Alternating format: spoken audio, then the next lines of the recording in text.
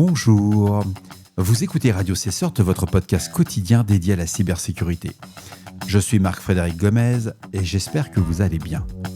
Au sommaire de cet épisode 588 du samedi 28 février 2026, une vulnérabilité critique dans le ServiceNow AI Platform qui permet une exécution de code arbitraire à distance via un contournement de la sandbox, référencé sous la CVE 2026-542.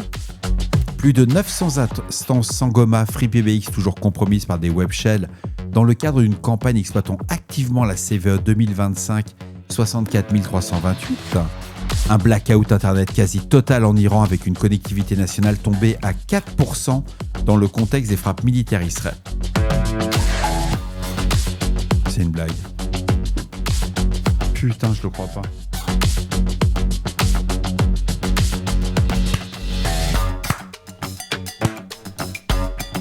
Un blackout Internet quasi total en Iran avec une connectivité nationale tombée à 4% dans le contexte de frappes militaires israéliennes et américaines, accompagné de cyberattaques de grande ampleur. La campagne Ruby Jumper attribuée au groupe nord-coréen APT37 déployant un toolkit de 5 composants malveillants pour infiltrer les réseaux Airgapped via des supports amovibles transformés en relais C2 bidirectionnels. 17 paquets NPM malveillants identifiés comme opérant par Famous Cholima, utilisant une technique inédite de stéganographie textuelle sur Passbin comme Deep Drop Resolver dans le cadre d'attaques supply chain. Et enfin, les conclusions du rapport OSSRA 2026 de Black Duke, révélant une hausse de 107% des vulnérabilités open source, pointant l'adoption massive des assistants de codage IA comme facteur principal. J'ai aussi le plaisir de vous annoncer la sortie de la newsletter de Radio Cesseur et la reprise des enregistrements hebdomadaires pour les versions internationales du podcast. Mais avant de commencer cet épisode, je reviens sur le retour de 2 auditeurs. Il y a Patrick, fidèle auditeur de Radio Cesseur depuis le début. Bonjour Marc-Frédéric, c'est Patrick du groupe japonais. Bon, écoute, j'appelais, j'avais pas vraiment de questions, mais j'avais l'impression que tu traversais quand même quelques petits moments difficiles, donc je souhaitais prendre un peu de temps pour t'appeler et te soutenir. Pardon. C'est vrai que depuis le temps qu'on t'écoute tous les jours, en fait, t'es un peu devenu un collègue qu'on croiserait à une machine à café virtuelle et qui raconte toutes sortes d'histoires de sécurité et autres. Alors, c'est vrai que moi, j'aime bien tous tes podcasts sécurité. J'aime aussi toutes tes anecdotes, que ce soit sur les infiltrations, les Lego, et puis maintenant sur les problèmes de toiture. Tu serais surpris, mais on a tous ce genre de problèmes. Et c'est sympa d'avoir des solutions de collègues. Et écoute, prends le temps qu'il faut pour te remettre un peu en forme et gérer tes problèmes. Et, moi, je voulais encore te remercier pour te dire bravo pour tous ces épisodes. Et puis, on se dit à bientôt. Moi, je t'écouterai. Du coup, tu n'auras pas mon feedback. Mais c'est pour ça que je voulais prendre le temps de t'appeler. Et puis, voilà. Au plaisir de te entendre ta voix quand tout ira bien. À bientôt. Salut. Merci beaucoup, Patrick. Alors, je ne sais pas si faire un épisode spécial sur le colmatage de fuite de toit serait un super épisode, mais je peux vous donner déjà 2 tuyaux qui marchent plutôt bien. Le plus efficace, c'est la pose d'une bâche lestée. Dans mon cas, avec un changement des tuiles cassées et un peu de maçonnerie, ça a plutôt bien fonctionné. Bref, rien de méchant, on ne lâche rien. Merci beaucoup pour le soutien auprès du podcast. Et nous avons un second auditeur qui s'appelle Frédéric, qui est aussi en Occitanie, qui nous a fait un retour sur l'utilité de la hotline de Radio Cesseur. Et il ne faut vraiment pas oublier que cette hotline, elle n'est pas faite pour remplacer des consultants. Elle est vraiment là par rapport à des sujets que vous souhaitez voir abordés, des propositions d'émissions. Elle est faite pour vous. C'est pas pour moi. Moi, ça me sert strictement à rien, ce truc-là. Mais par contre, si vous avez des questions, que vous voulez réagir à un épisode, n'hésitez pas. Oui, bonjour Marc-Frédéric, c'est Frédéric en Occitanie. Écoute, juste pour laisser un petit message suite à ton intervention, à ta demande sur le podcast et te dire que c'est bien de laisser cette ligne ouverte parce que ça nous laissera l'occasion de réagir, de poser des questions, de pouvoir parler, même si tout le monde ne peut pas parler, comme tu le dis très souvent. Donc voilà, laisse la ligne ouverte et bonne chance. Par contre, la messagerie change et change de Gmail et va sur un système français au moins européen. À bientôt. Merci pour tes podcasts. Ils sont très utiles et très intéressants et toujours plein de bonnes, comment on va dire, de bonnes vibrations. Merci beaucoup. À bientôt, Marc-Frédéric. Bon, c'est promis, Frédéric. Je vais monter mon serveur de messagerie et je vais quitter Gmail. Mais c'était le côté le plus rapide. Et comme on dit, on commence là-dessus, puis on a la... C'est pas qu'on a la flemme, on n'a pas le temps, tout simplement. Et en tout cas, ça m'a fait hyper plaisir d'avoir vos 2 retours. J'ai eu d'autres retours où des personnes ont souhaité ne pas être... que ce ne soit pas divulgué sur la plateforme. Donc, je respecte leur volonté. Mais ça motive énormément de voir que c'est utile. Parce que l'objectif de ce podcast, c'est vraiment de vous apporter de l'information le plus quotidiennement possible. Bon, il y a quelques trous sur cette semaine, mais on lâche rien. On va continuer, mais on va revenir d'abord aux actualités de la journée. Alors, nous avons une vulnérabilité référencée, la CVE 2026-542, qui affecte la plateforme ServiceNow AI Platform, plus précisément le mécanisme d'isolation de la sandbox. Ça a été publié le 27 février 2026 et cette faille permet à un attaquant non identifié d'obtenir une exécution de code arbitraire à distance au sein de l'environnement sandboxé sans aucune interaction utilisateur. Le défaut, il est classé CWE 653 pour Improper Isolation or Compartmentalization, qui repose sur une séparation insuffisante entre le moteur d'exécution IA et son environnement de confinement. Dans certaines conditions d'exposition réseau, un attaquant peut contourner les mécanismes de sandbox et exécuter du code directement dans l'instance ciblée. L'impact potentiel va couvrir la compromission des traitements à base d'IA, la manipulation des workflows ainsi qu'une atteinte à la confidentialité, l'intégrité et la disponibilité de l'instance ServiceNow concernée. La complexité d'attaque est jugée élevée et aucune preuve de contexte n'est disponible en source ouverte à ce stade. La faille n'est pas activement exploitée ce jour. Il faut savoir que les versions affectées concernent les branches Zurich, Yokohama, Xanadu et Australia. Des correctifs sont disponibles pour les plateformes Zurich, c'est le patch 4 hotfix 3B ou patch 5. Yokohama, c'est le patch 10 hotfix 1B ou patch 12. Xanadu patch 11 hotfix 1A. Et pour la branche Australia, le correctif est attendu au 2e trimestre 2026. Aucune mesure de contournement n'a été communiquée par ServiceNow.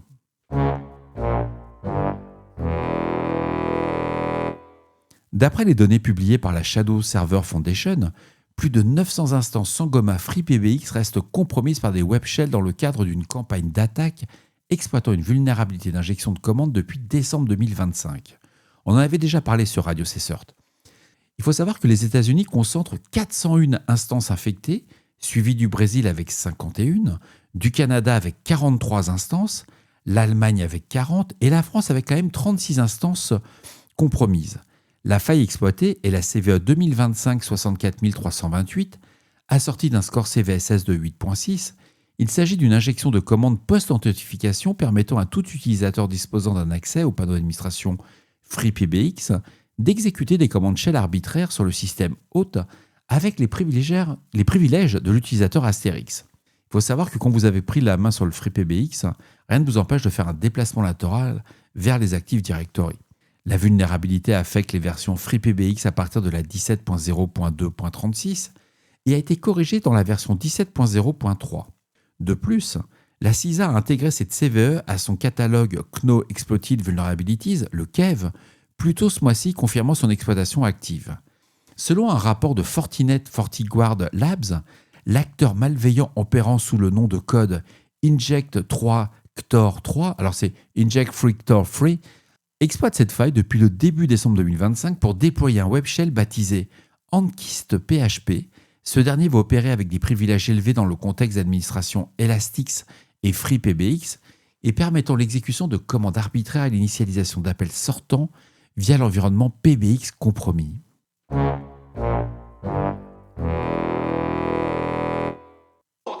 générale 24 heures sur 24. Selon les données du moniteur indépendant NetBlock, l'Iran a subi un blackout Internet quasi total ce samedi 28 février 2026. Il est 20h07. Et dans un contexte de frappe militaire menée par Israël et les États-Unis, la connectivité nationale est tombée à environ 4% de son niveau habituel. NetBlock souligne que cette coupure présente les mêmes caractéristiques que les mesures observées lors du conflit avec Israël l'année précédente. Suggérant une restriction intentionnelle de la connectivité par les autorités iraniennes, Cloudflare a confirmé que le trafic Internet dans le pays est tombé à zéro à partir de 18h45 UTC, soit 22h15 heure locale. signalant une déconnexion complète du réseau mondial. Alors ce type de shutdown est analysé comme un levier de contrôle. Limiter les flux d'informations, réduire l'exposition aux cybermenaces visant les infrastructures critiques, entraver les opérations de reconnaissance extérieure et restreindre la coordination interne ainsi que le signalement en temps réel. Parallèlement aux frappes militaires, des cyberattaques de grande ampleur ont visé l'Iran samedi. D'après des médias locaux, les sites de plusieurs agences de presse majeures dont IRN-NA et ISNA ont subi des interruptions significatives. Face à la défaillance des médias d'État, de nombreux Iraniens se sont tournés vers des plateformes étrangères ou des réseaux sociaux comme Instagram et Telegram pour accéder à l'information là où une connectivité résiduelle leur permettait encore.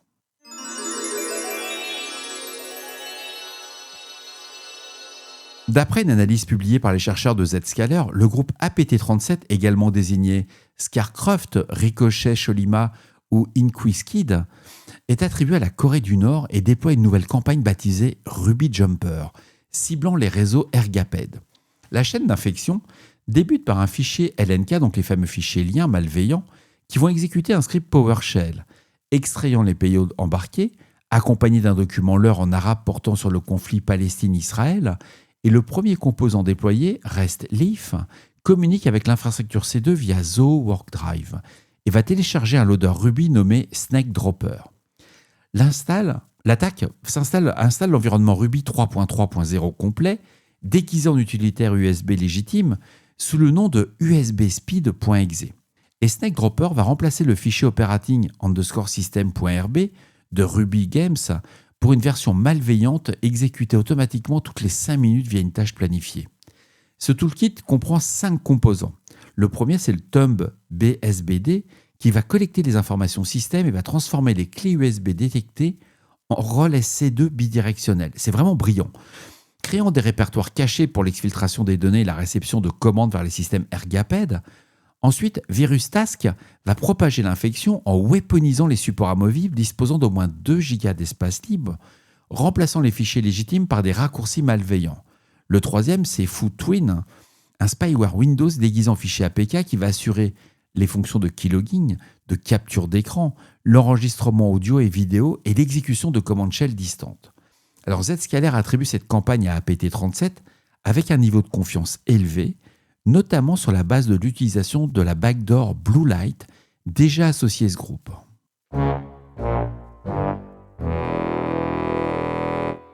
Alors je suis tombé sur un chercheur de cybersécurité qui est spécialisé sur les menaces nord-coréennes et il assure un suivi nord-coréen assez impressionnant sur les menaces sur NPM. Le groupe Famous Sholima a déployé 17 paquets NPM malveillants entre le 25 et le 26 février 2026, intégrant une technique inédite combinant Passbind et la stéganographie textuelle comme Deep Drop Resolver. Les 17 paquets embarquent un fichier JavaScript identique à l'emplacement vendor/script-js/version.js fortement offusqué. Ce script d'installation va détourner le comportement par défaut du NPM pour exécuter une payload.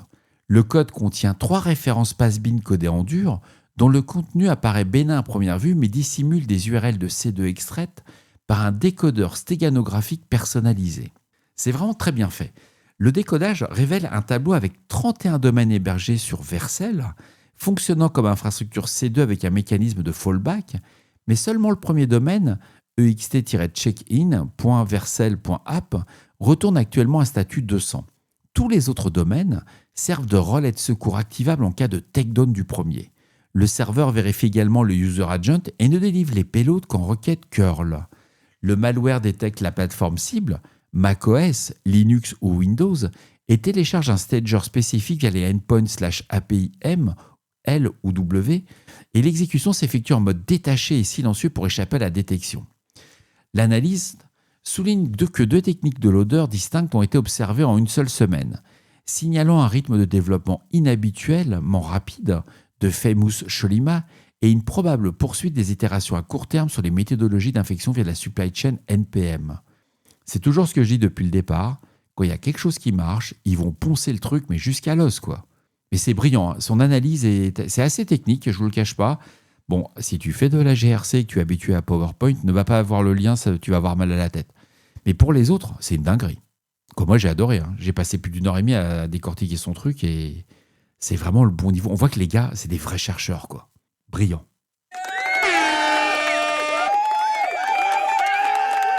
Je reviens sur le rapport de l'OSSRA de 2026 de Black Duke qui a été publié le 25 février et basé sur l'analyse de 947 codes commerciaux dans 17 secteurs qui révèlent une hausse de 107% du nombre moyen de vulnérabilités open source par code en 1 an. Donc concrètement, ils ont pris 947 codes, ils ont fait des analyses, ils ont fait de la revue de code et il y a un facteur qui a été identifié. C'est l'adoption massive des assistants de codage en IA, donc les développeurs utilisent aujourd'hui de l'IA et ça me semble tout à fait normal. Et il faut voir que sur ces 947 codes sources identifiés, il y en a 85% des organisations utilisent des outils comme GitHub Copilot, Cursor ou Windsurf. Le nombre moyen de fichiers par base de code a augmenté de 74% et le nombre de composants open source de 30%. Bon, jusque-là, il n'y a rien de très alarmant. Mais le code s'accumule plus vite que les capacités de sécurisation. C'est-à-dire qu'en un mot, on met de plus en plus de lignes de code, entre guillemets, en prod, mais on n'a pas le temps de faire ces fameuses revues de code sécuritaires. Et les données sont assez significatives. 87% des bases de code auditées contiennent au moins une vulnérabilité. Vous vous rendez compte ? 87%. C'est-à-dire que sur 10 codes qu'on va soumettre dans ces plateformes de GitHub, GitLab, etc., il y en a quand même 8,7, pour pas dire 9, sur 10 qui ont une vulne. 78% en contiennent à haut risque. Ça veut dire qu'il y en a pratiquement 8 sur 10 qui ont une vulnérabilité critique. Et 44% présentent des failles critiques pouvant permettre une exécution de code à distance. Donc là, on revient à un truc un peu plus classique. On est presque à 1 sur 2. Mais côté de la supply chain, il y a 65% des organisations qui ont subi une attaque au cours de l'année, dont les 2/3 via des packages malveillants qui ont exploité le typo-squatting. C'est quelque chose qu'on n'avait pas vu depuis quelques années. Et c'est vrai que 2025, fin 2024, on recommence à avoir du typo-squatting exploité. Il y a toujours eu du typo-squatting. Mais vraiment avec des effets de bord, etc., c'était pas aussi évident que ça. Et le rapport identifie un problème de composants zombies. Alors ça, j'ai vraiment pleuré. Je sais, j'ai eu du mal, hein, quand j'ai traduit le rapport. Je me suis dit, il y a quand même 93%, donc on est à un peu plus de 9 codes sources sur 10 qui intègrent des composants sans activité depuis 2 ans. Ça veut dire que les librairies qui sont utilisées, les modules qui vont être utilisés, ils n'ont pas été mis à jour depuis 2 ans. 2 ans. C'est énorme, 2 ans, quoi. Et seulement 7%, ça veut dire que sur 10 codes, vous vous rendez compte, 7%, ça fait même pas un code, ça fait, allez, on va être hyper gentil, et même pas 10%. On va être à peu près un code sur 11 ou sur 12 va utiliser la dernière version disponible. Alors ça, je peux le comprendre au niveau métier, surtout si vous travaillez avec des gens qui font du Java, par exemple. C'est une vraie saloperie, le JDK, quoi. Et sur le volet juridique, 68% des bases de code présentent des conflits de licence en hausse record. Black Duke évoque un phénomène de blanchiment de licence où les assistants IA génèrent du code dérivé de sources copyleft sans conserver les informations de licence. Ah, c'est clair, il y en a qui pillent. Et enfin, 76% des entreprises interdisent les outils. Alors ça m'a fait halluciner, chères auditrices, chers auditeurs. 76% des entreprises interdisent les outils de codage en IA, reconnaissant que leurs développeurs les utilisent malgré tout. Mais c'est du grand n'importe quoi. Il ne faut pas interdire. C'est comme dans ces cas-là, on interdirait la voiture. Si vous prenez votre voiture, vous allez avoir un accident et vous allez mourir. Quand on voit le nombre de voyages de voitures qu'il y a dans le monde et le nombre de morts, en pourcentage, c'est très faible. Et pour le côté des outils de codage en IA, pour un développeur qui sait de quoi il parle, c'est un outil qui va lui permettre d'apprendre, d'aller pas plus vite. Je veux dire que ça va lui permettre de structurer son code, mais un bon développeur, quand il voit du code généré par l'IA, il va utiliser quelques types, mais très rapidement, il va corriger tout ce qui ne va pas. Alors que le développeur qui est mauvais à la base, lui, ce qu'il voit dans l'IA, c'est qu'il va faire croire à tout le monde qu'il est bon. Alors son code va fonctionner, mais au niveau durcissement, au niveau, qualité, au niveau performance, c'est juste de la bouse, quoi. Pardon, c'est un outil qui sera en cours d'amélioration continue. C'est toujours pareil, un poney, vous pouvez lui changer tout ce que vous voulez, lui changer la selle, les sabots, ça reste un poney, quoi. Donc on ne fait pas de développement avec l'IA si on ne sait pas faire du développement tout court. On peut apprendre avec l'IA, on peut s'améliorer pour faire des tips, etc. Mais à la fin, je veux dire, c'est encore un métier où il faut du jus de cerveau. On peut remplacer, et j'assume totalement mes propos, on peut remplacer un développeur par une IA, oui, pourquoi pas. mais vous n'aurez pas ce qu'on appelle du développement dans l'état de l'art. Si vous souhaitez optimiser votre code pour que ça consomme le moins de cycles, etc., que vous souhaitez avoir des bases de durcissement, l'IA va vous aider énormément. Par contre, il faut un mec derrière, quoi. Bah oui, puis un mec compétent qui va puis être capable de relire le code et de dire à l'IA, là, t'es pas au niveau, va falloir que tu t'arraches un peu, quoi. Bref, on pourrait faire un épisode entier là-dessus, quoi. Et voilà, cet épisode se termine ici. J'espère qu'il vous apportera des informations claires et utiles. N'hésitez pas à me faire vos retours sur le répondeur de Radio Cessort au 07 68 72 20 09 ou par email sur radiocessort@gmail.com. Dans les petites tips, c'est le 3e enregistrement. Je suis tombé à court d'espace 10 sur ma carte mémoire sur mon studio d'enregistrement. Et j'ai fait déjà 2 enregistrements, un en espagnol et un en français, mais j'avais pas vu qu'il y avait plus de place sur la carte et donc j'ai parlé dans le vide. J'ai un moment de déprime, je me suis dit que tout ça va arrêter de fonctionner, que j'avais une panne. Bref, bon, c'est reparti. Il est 20h19, je vais me faire massacrer. C'était où je devais faire à manger ce soir. D'ici là, on ne réfléchit pas, on patch. Et je pense que je vais commander. Vive des livrons. Ou j'ai pas le droit de faire de la pub. Bon, on va dire, je vais me faire livrer. Prenez soin de vous. À demain pour un nouvel épisode. Au revoir.